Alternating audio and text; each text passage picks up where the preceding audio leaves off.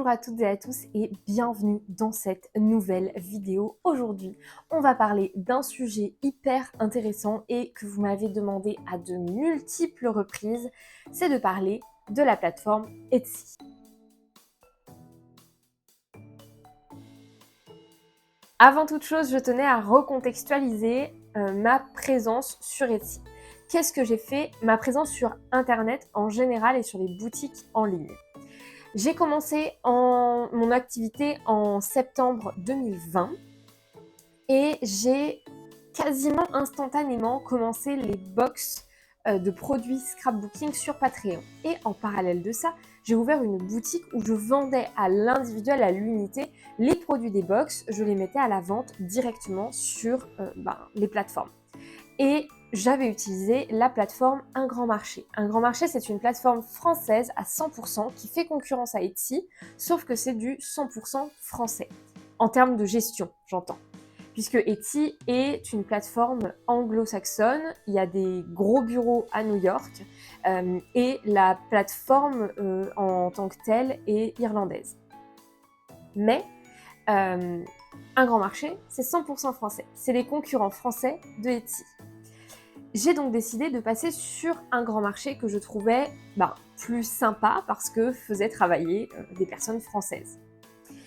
J'ai testé pendant quasi un an la plateforme Un Grand Marché sur laquelle j'ai apprécié l'expérience, mais ils ont décidé de passer sous un format payant puisque Un Grand Marché était gratuit à 100%. Il n'y avait des commissions que sur les ventes, ce qui était hyper intéressant. Mais au bout d'un an de mon expérience, ils ont décidé de basculer sur un autre format où il y avait un abonnement payant à l'inscription pour pouvoir vendre sur Un Grand Marché. À ce moment-là, j'ai décidé d'arrêter parce que je ne vendais pas assez pour pouvoir me permettre de payer un abonnement. J'ai donc basculé sur Etsy. Et là, ça a été la catastrophe. J'ai pris une journée entière pour faire plein de photos, des très jolies photos, j'essaierai de vous en remettre quelques-unes, mais des très très jolies photos, ça oui, pas de souci. Mais je vous assure, j'ai tellement eu de difficultés à vendre. Je n'ai rien. J'ai mis tous mes produits d'un coup sur la plateforme et j'ai attendu à peu près 2 mois et demi. Au bout de 2 mois et demi, j'ai arrêté. Ça, c'est ma première expérience. Et début 2023, je me suis dit, ok, tu sais quoi, arrête de rester sur ta position de ça n'a pas marché, ça ne marche pas, Etsy c'est nul, Etsy ça marchera jamais, et remets-toi sur les bases. J'ai regardé plein de vidéos, je me suis beaucoup inspirée notamment de Katnip, qui est une créatrice anglo-saxonne que j'adore, vraiment, elle est incroyable. Elle a 9 ans d'expérience dans l'entrepreneuriat et elle a monté un business de fou et elle vend sur Etsy depuis le début. J'ai commencé à poster des produits et j'ai commencé à regarder ce qui marchait pas. Cette vidéo, elle a pour but de vous donner un peu mes conseils, vous dire qu'est-ce que moi j'ai fait, qu'est-ce que j'ai appris sur Etsy et qui peut fonctionner. Alors, les avantages et les inconvénients. Beaucoup de personnes disent que Etsy c'est une arnaque, que Etsy prend trop de frais, que Etsy c'est une plateforme sur laquelle on perd de l'argent et on n'en gagne pas. Et je peux comprendre ce point de vue parce que effectivement, Etsy prend des frais.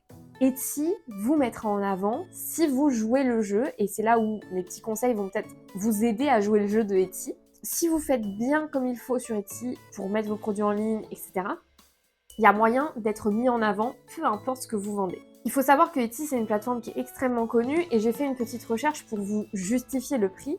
Etsy draine 80 millions de visites par an. Le jour où votre boutique internet à vous, qui effectivement ne prendra pas de commission sur les ventes, ne vous prendra pas de pourcentage, le jour où votre boutique en ligne drainera en un an 80 millions de vues, vous pourrez râler sur les frais Etsy. Avant ça, je pense que Etsy peut se permettre de prendre, on va dire, une vingtaine de pourcents, tout simplement parce qu'ils nous ramènent la clientèle en fait. Et ils font un travail de référencement qui est énorme, ils font un travail de gestion et de mise en relation entre les clients et les consommateurs qui est énorme. Et ça, malheureusement, on ne le trouve pas partout. Et sur notre boutique à nous, on ne le trouve pas. Et moi, j'étais sur Un Grand Marché avant, et honnêtement, je n'avais pas la clientèle que j'ai actuellement.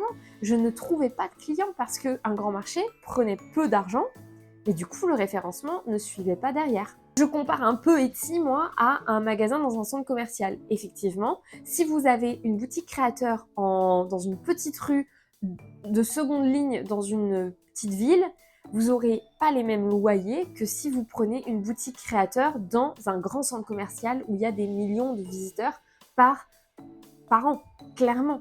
Vous n'aurez pas la même charge, les mêmes prix. Donc c'est normal que, au vu de la quantité de clients qu'ils nous ramènent, ils prennent des commissions, des charges en conséquence. Pour moi, c'est tout à fait normal. Voilà. Les erreurs qui peuvent être faites et qui, effectivement, jumelées aux frais que Etsy vont prendre, va faire que ça ne va pas marcher. La première erreur, c'est de mal calculer ses prix. Pour ma part, j'ai augmenté mes tarifs sur Etsy d'à peu près, je dirais, 10-15%. Et je n'ai pas fait les frais de port offerts. Donc effectivement, mal calculer ses tarifs, c'est se tirer une balle dans le pied, surtout avec Etsy qui prend des charges et des frais assez conséquents. Donc il faut en prendre compte quand on met nos prix sur Etsy. Et moi, j'ai aucun problème à augmenter mes tarifs sur Etsy parce que tout simplement, il y a des frais qui s'ajoutent. La deuxième erreur qui est pour moi assez justifiée, c'est de mal prendre ses photos. Mais ça, c'est partout pareil. Sur votre boutique en ligne ou sur Etsy, ça sera la même chose. Si vous prenez mal vos photos, vous aurez de mauvais résultats, très clairement. Donc pour ça, je vous conseille de regarder des vidéos. Vous avez pas mal de vidéos sur Etsy, sur YouTube qui vous donnent des petits conseils. Vous pouvez aussi faire appel à une personne qui fait des photos pour vous, une photographe. Il y en a qui peuvent prendre des forfaits pour les artisans qui sont pas très très chers. Et tout simplement, ne serait-ce que retoucher légèrement la luminosité, recadrer un petit peu, ne pas mettre beaucoup d'éléments, ne pas surcharger les photos, mettre vraiment le produit au centre et en avant, c'est ça qui va marcher le plus. Pendant longtemps, j'ai pas cru à cette théorie, mais je vous assure, je l'ai vu, c'est testé et approuvé. Les fiches produits qui ont une vidéo marchent 1000 fois mieux que les fiches produits sans vidéo. Moi, j'ai fait l'expérience, j'ai mis une fiche produit d'un cake topper avec une vidéo du gâteau avec le topper dessus. La fiche produit a fait un énorme boom, elle a été vendue plus de 80 fois, contrairement à la plupart de mes fiches produits qui sont vendues généralement en tout là, depuis le début, on doit être, en 4 mois, on est sur une vingtaine de ventes en 4 mois, contrairement à 80 ventes en 4 mois. C'est énorme, vraiment c'est énorme. Donc, mettez des vidéos dans vos fiches produits. Etsy a été les premiers à faire ça. Maintenant, la plupart des boutiques en ligne vous proposent de mettre une vidéo sur votre fiche produit. Voilà.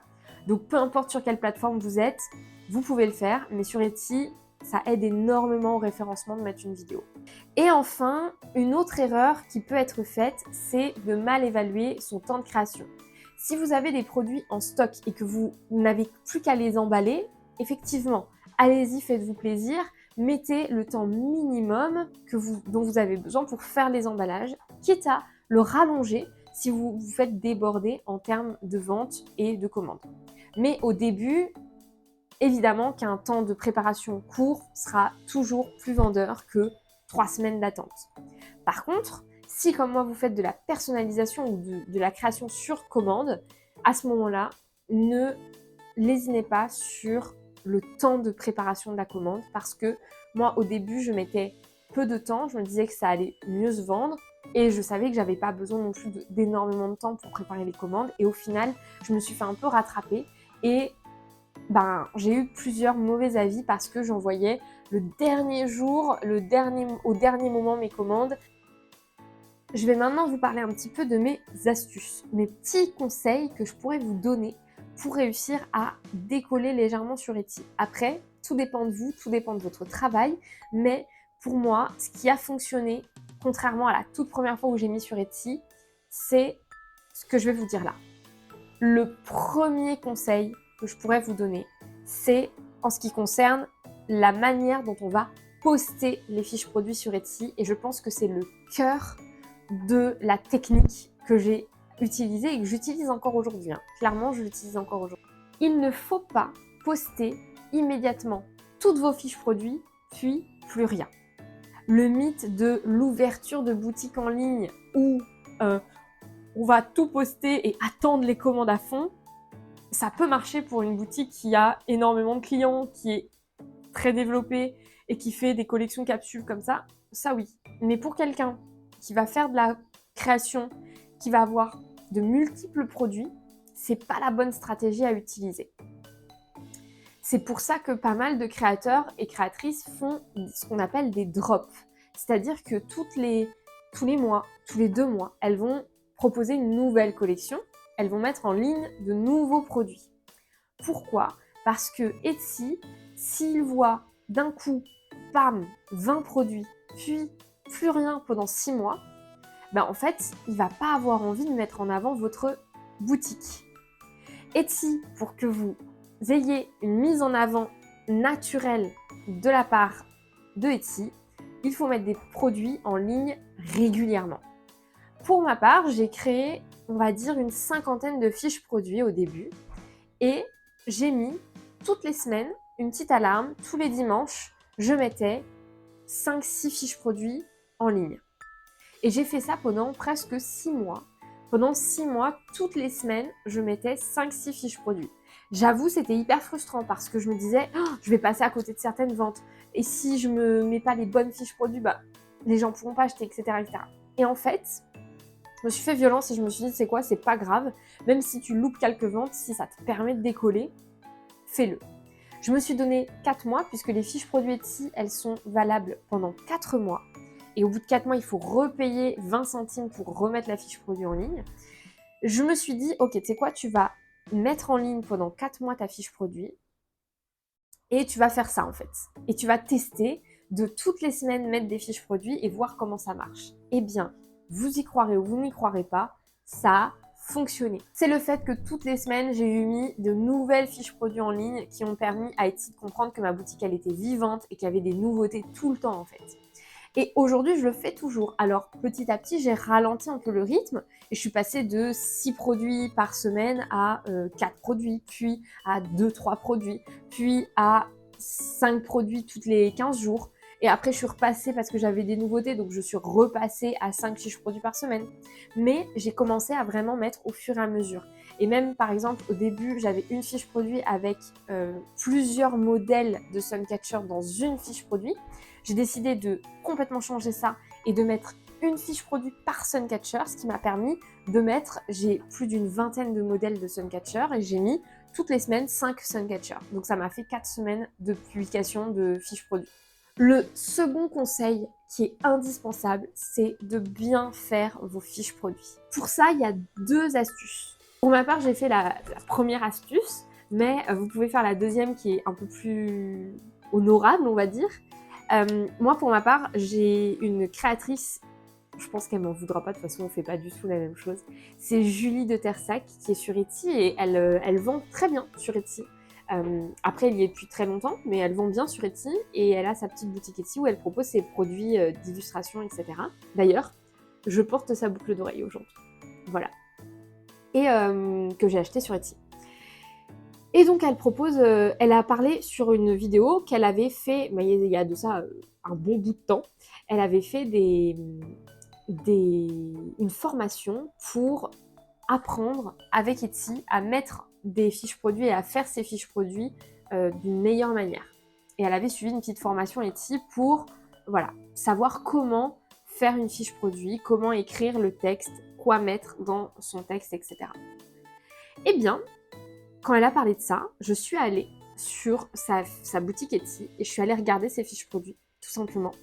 Je suis allée regarder les fiches produits des nouveaux produits parce que je me suis dit peut-être qu'elle allait pas mettre en ligne, remodifier toutes ses fiches produits. Donc je suis allée sur les toutes nouvelles fiches produits qu'elle venait de faire et j'ai regardé. Et j'ai fait un copier-coller en fait du format de la fiche produit, pas du fond parce qu'on ne fait pas du tout les mêmes produits donc ça n'a rien à voir, mais du format, de qu'est-ce qu'elle écrivait dans les grandes lignes, etc. sur sa fiche produit. Et je me suis inspirée de ça pour créer une fiche produit vraiment type et qui marcherait bien. Pour votre part, si vous n'avez pas envie de faire ça, je vous conseille tout simplement d'aller sur ChatGPT. Il est en train de rentrer les poubelles. On va faire une pause. Voilà un peu pour les 2 conseils vraiment. Je pense que c'est le cœur de ce qui a fait que ça a fonctionné pour moi. Et c'est surtout vraiment, moi je suis persuadée à 99% que c'est le fait que j'ai mis des fiches produits au fur et à mesure et que j'ai donné vraiment une impulsion de toutes les semaines mettre des nouveautés et donner l'impression à Etsy que vraiment ma boutique regorgeait de produits.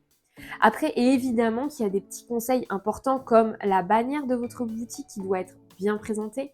Vous devez faire un petit texte de présentation qui donne envie. Vous devez aussi mettre des catégories de produits qui soient claires et concises. Mettre trop de catégories, c'est compliqué. Et quand on a beaucoup de produits, bien catégoriser les produits pour que les gens puissent les trouver facilement, c'est important aussi. Voilà un petit peu pour ça, mais dans la globalité, si je dois vraiment donner une astuce qui n'est pas évident pour tout le monde, ça serait de mettre des produits toutes les semaines en ligne. Parce que c'est évident que la mise en ligne de sa boutique et la mise en avant de la boutique va être importante et que le look global de la boutique va être importante, etc. Mais si vous ne jumelez pas ça avec un réel travail de poster régulièrement et de faire des fiches produits hyper qualitatives, je pense que vous n'aurez pas les résultats que vous cherchez. Voilà un petit peu pour mes conseils et mes petites astuces pour Etsy. Alors, je tiens à faire un petit rappel que si vous allez sur ma boutique Etsy, vous allez voir qu'il n'y a pas non plus énormément de ventes, mais c'est volontaire. Il y a eu un moment où j'ai eu énormément de commandes sur Etsy. J'ai eu une fiche produit qui a fait, comme je vous ai dit, plus de 80 ventes en moins de 2 mois, en fait, pour être honnête. Et j'ai décidé de désactiver cette fiche produit parce que je ne suivais plus le rythme, en fait. Et je n'y arrivais plus. Donc j'ai désactivé cette fiche produit pour la mettre en pause, en fait, et éviter de continuer à me faire complètement déborder par les commandes Etsy. Parce que je n'ai pas que Etsy. Et donc, devoir gérer une boutique Etsy qui a un énorme essor et qui a un énorme boom, pour moi, ça devenait anxiogène parce que j'avais plus le temps de rien faire à part envoyer les commandes Etsy en fait. Donc écoutez, si mes petits conseils auront pu vous aider, j'en suis ravie. J'espère que cette vidéo dans la globalité vous aura plu. Je vous laisse et je vous dis à très bientôt pour une nouvelle vidéo.